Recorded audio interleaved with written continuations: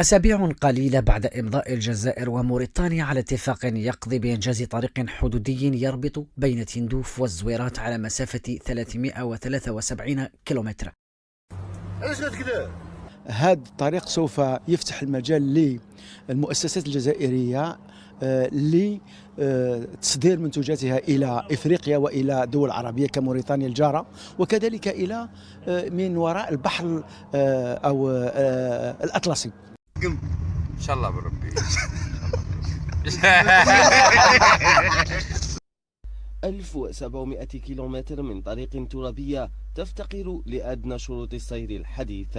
وبعدين في الصحراء اللي احنا فيها دي لوطورود ما بين الجزائر وموريتانيا، هذه هي لوطورود. ويتيا مقابله ما تنحيهاش. الله يبارك. شوف تهزك راك قاعد ضحك.